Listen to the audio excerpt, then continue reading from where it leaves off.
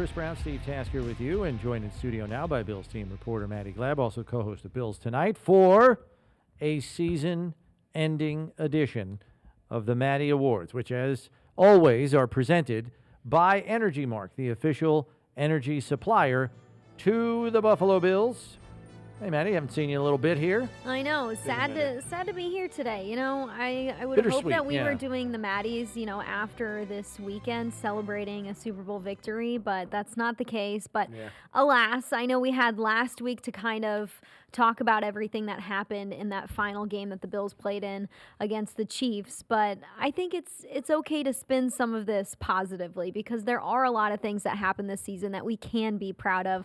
So I'm going to put on my positivity cap and we're going to sing some praises today. It was a beauty of a regular season. Even a great playoff run, got down deep and pushed the Chiefs to the brink and the whole 9 yards. And a lot of it, you look back at it, was an incredibly fun season all the way around. And once again, I mean, the thing that grabs me about this team, and always has, with Sean McDermott and these guys, I don't ever remember, and of course it was 17 years of a drought before this, but I never remember having any team where I just could not wait to see those guys play.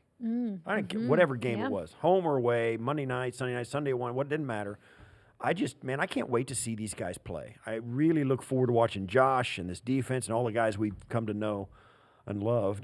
I just want to see them play again. It's so fun because they give you something every game. Yeah, you almost had 30 points on lockdown for a while there. Yeah, and you're just, they're just so hard to beat. You know they're going to be there. Right. So it's fun.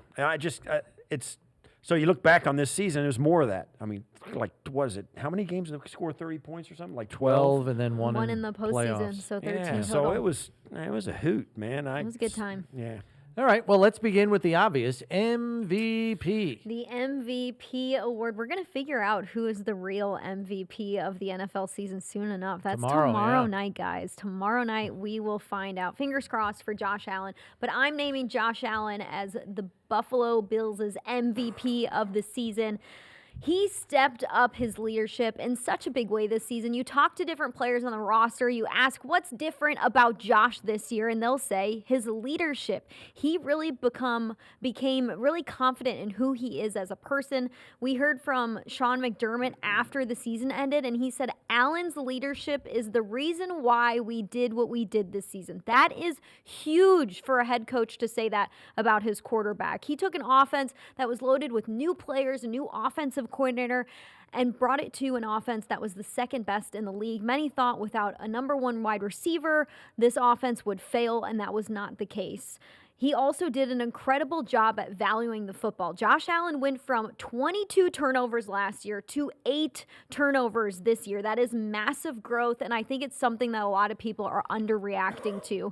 He just led the team to overall success.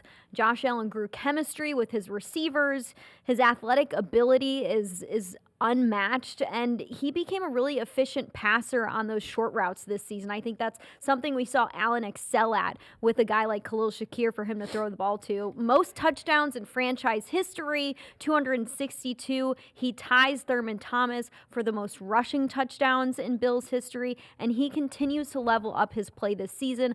I think Josh Allen's best ball is still in front of him. And, from the leadership perspective, I think what made him feel so comfortable to step in and really fill that void in a way he had never done before was because of all the captains who left. Poyer, Hyde, Mitch Morse, run down the list of leaders that went out the door and captains, and I think that's why he felt so comfortable filling it. Not to mention the fact that they went from 6 captains to 2. Yeah. With him and Bernard, that was it. So it's like, I really do have to step up here. I think that's what made him so comfortable in doing that. Yeah. We also have an honorable mention for MVP because Josh Allen's job can't get done at the level he did it at without the offensive line. They deserve a shout out here because they were the glue guys for this offense to operate in the way that it did. They allowed just 14 sacks. It was a league low, and they protected Josh Allen so that he had the time to make the right decisions. You also saw their chemistry on the field. The offensive line operated in unison, and you saw that with how they treated each other off the field. I love how a cohesive unit that group was. And the rushing offense came alive with their protection. I mean, you have a top 10 rushing offense this year and a running back in James Cook who ties for the lead for 16 rushing touchdowns, which led the league with Derrick Henry. I think the rushing offense was one of this offense's superpowers. It's what they leaned on. It's what they went to when other things weren't working, and I think they really believed in it throughout the season. We're going to see more of that next year. I think it was one of the most valuable pieces to get the offense rolling was the offensive line and the way that they performed game in, game out. Led the league in rushing touchdowns with 32, which is a number that, ask any offensive lineman, they're happy to hang their hat on that one. Yeah. Lead It's the league big. in that. Biggest surprise. I think there could have been a couple of choices I here. know it was. You could go a couple different ways with this one. Biggest surprise for me was Ty Johnson. Josh Allen called Ty Johnson the best third down back in the league, and I think Ty Johnson proved this year he could be more than that. Johnson is fast. He's twitchy. He became a reliable target for Josh Allen on the ground and in the air. Down the stretch, Johnson was the guy they could go to who could get 10 yards here, 10 yards there. He had nice yak ability. A running back averaged 15.8 yards per catch this season. Ty Johnson went from less than 200 scrimmage yards last year to almost 500 this year. He went from 1 touchdown last year to 4 this year. That's double the impact, and you felt that on the field. I think going into this season, a lot of us thought he wasn't going to have a huge role on offense, but by the end of the season, he was a difference maker for Buffalo's offense. Yeah, and everybody's going to remember the Detroit game that our MSG viewers are watching right now. I mean, he was a huge part of the game plan, and that's probably why we saw the production jump as much as we did, because this guy wasn't just a bit player anymore. He had a defined role, and he was on the field a lot. But then to see, Joe Brady use him as a primary part of the game plan against the highest scoring team in football, I think that really spoke volumes awesome.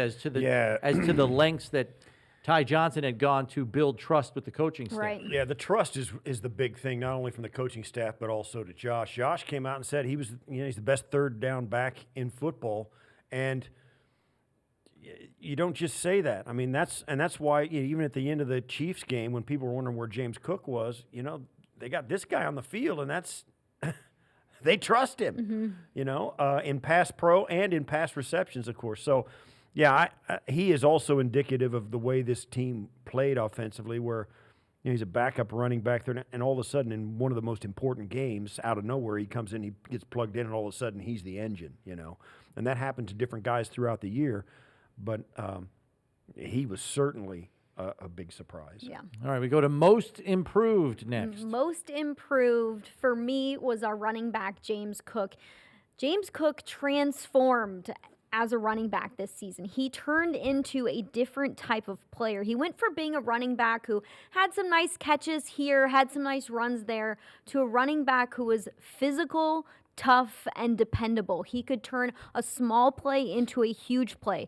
2 rushing touchdowns last year to 16 rushing touchdowns this year. That is massive growth. He leveled up as an athlete. He changed what Buffalo's offense could do, and he also changed how Buffalo's offense was defended.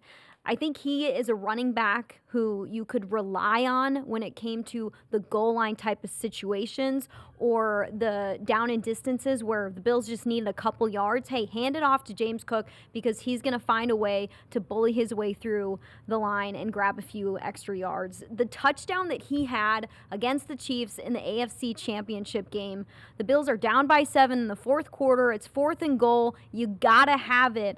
Cook turned into like a madman.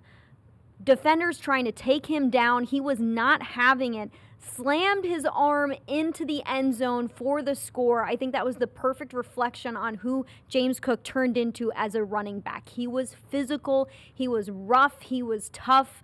And you saw that throughout the entire season. Yeah, full extension on that play. It was unbelievable.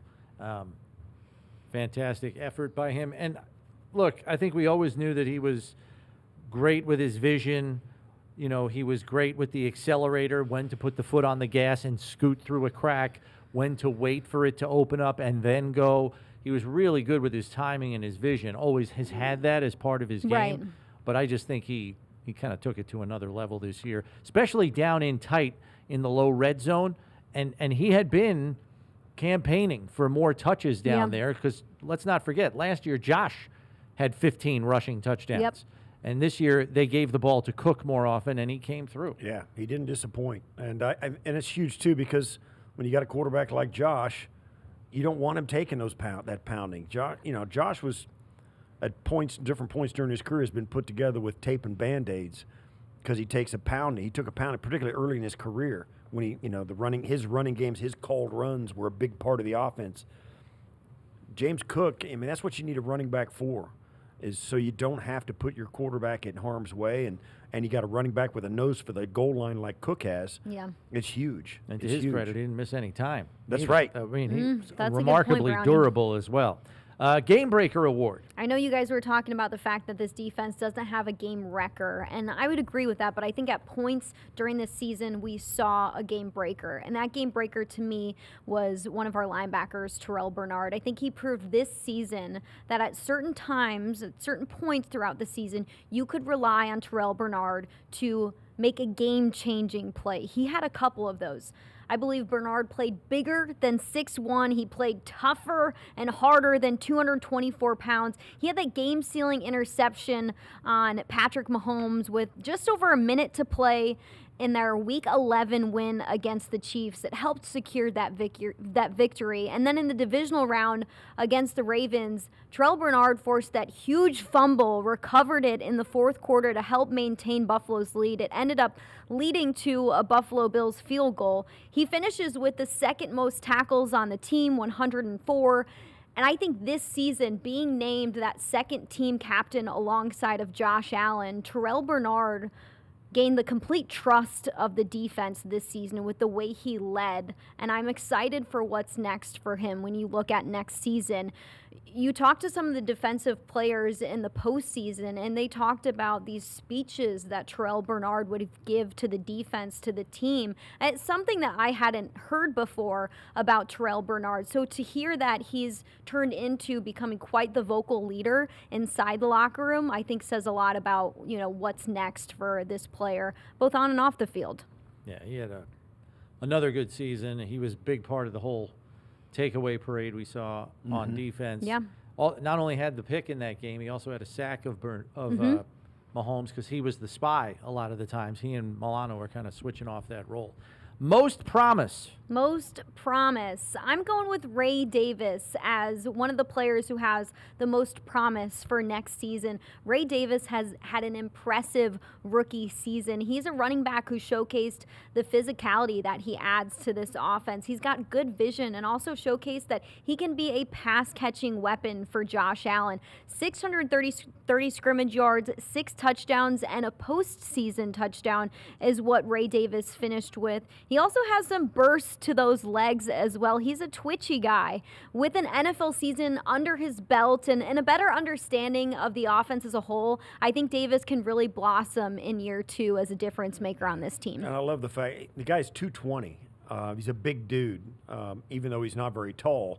He's put together, and that he used that to his advantage when he was running the ball. His physicality, his vertical and downhill nature of running the football really was a compliment to this offense. I love the way he ran the ball. Yeah, and the one game Cook missed, Week 6 against the Jets, they come out on that first drive, and it was like 9 run plays, 1 pass play, and he was motoring right through the chest of defensive backs. I remember one play, Sauce Gardner, the first thing he landed on was his shoulder blades because he just put his shoulder into him and drove him back like 3 yards. It was a tone-setting drive, and Ray Davis was in the middle of it. That's what I remember most about his rookie season. It's a good thing to remember. That opening drive in the Week 6 game against the Jets. Biggest steal.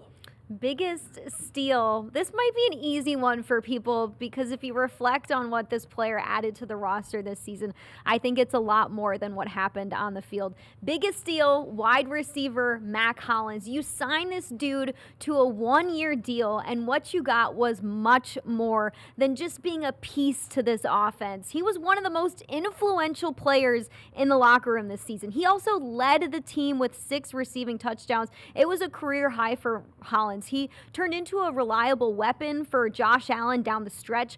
Hollins had those 2 huge catches of at least 30 yards in the AFC Championship game against the Chiefs. One was a touchdown, and one was on 3rd and 8 in the 4th quarter during a drive that led to a touchdown. I think when you talk about all of those things, what he meant on and off the field to this team, that is the definition of a steal. You got him on a 1-year deal that wasn't worth a bunch of money, and I think the type of steal that he was, you look at, let's bring this guy back to this team because maybe he can do more in year 2, both in and out of the locker room. Yeah, it was an amazing year by him. He was probably a biggest surprise for most people. A guy who's been in the league as long as he had. He was an 8-year guy coming in, and nobody knew who he was. Yeah. And all of a sudden, you got the contributions that nobody really expected. It was really great. I mean, to the see. whole team started not wearing shoes because of him. He had so much influence. Coaches on weren't this wearing team. shoes. Right. Yeah, coaches not wearing shoes. He was very influential in a good way for this team and a glue guy. And I think the offensive staff really I think everything you got in the receiving game was gravy. Him as a blocker in the run game. That's true. He was dynamic. And that's why I think he will be a high priority to get back in the fold. Okay, best play. Best play. There were several plays. I wonder if you guys had a different one because I'd be eager to know which one that was. Best play for me was that touchdown run that Josh Allen had on 4th and 2 against the Chiefs in Week 11. It was a 26-yard touchdown run. There's 2 minutes to play in this game. The touchdown extended their lead to 9 and helped secure the victory, but just the way that Allen went about that play. I mean, you put your Superman cape on in that moment. You need 2 yards. Instead, Allen goes 26 yards to the house. He put the team on his back in that moment, weaving his way through defenders and said, "Not today, Chiefs. Not today. We are going to be the team that wins this game, not you." I think it showcased Allen's athleticism as a quarterback. It's the perfect example of why he deserves the MVP. Not a lot of quarterbacks can do what Allen does in this league. And I think it also was the best play because I reflect on where they were at in the season at that point once they won that game.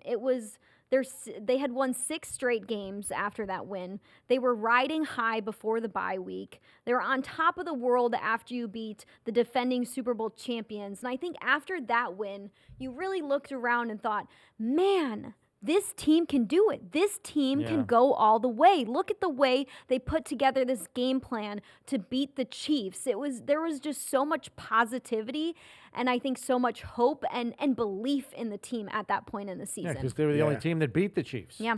They were unbeaten and coming they beat in them by 9. That's when you thought, they've got a shot at it. And the play by Josh was really that. And it's the first time I think they were winning game. They were this is in the midst of the 30-point scoring, 30 points a game streak, and they had played the Colts and the Dolphins, who were struggling, and the Seahawks, and they crushed the Titans, and they crushed Jacksonville, and all these teams, and this was a really good football team, and they beat them by 9, and they looked good doing it. Yeah, you're right. That play really typified, and they knew they needed to be up by that many in the last couple of minutes of the game because the Chiefs had the ball again. Chiefs had they were going to get the ball again, and they needed a touchdown. They went down and got a touchdown, and on the most impressive play ever. So I was thinking about other plays, but. You guys have any other ones? The only other one would be the pylon run by Josh on the lateral from Amari, but this sick. play carried San Francisco. This play carried far more weight. Because the game was literally on the line. Coach McDermott elects to go for it, not kick a field goal to go up by 5. So there was more significance to this play for sure. All right, best comeback to wrap it up. Best comeback, Matt Milano. Boy, oh boy, did he have a tough couple of seasons. You have a super tough training camp because you enter training camp thinking, all right, I'm back from this leg injury where I was out the final 12 games of the 2023 season, and then soon enough, he's knocked out with a torn left bicep.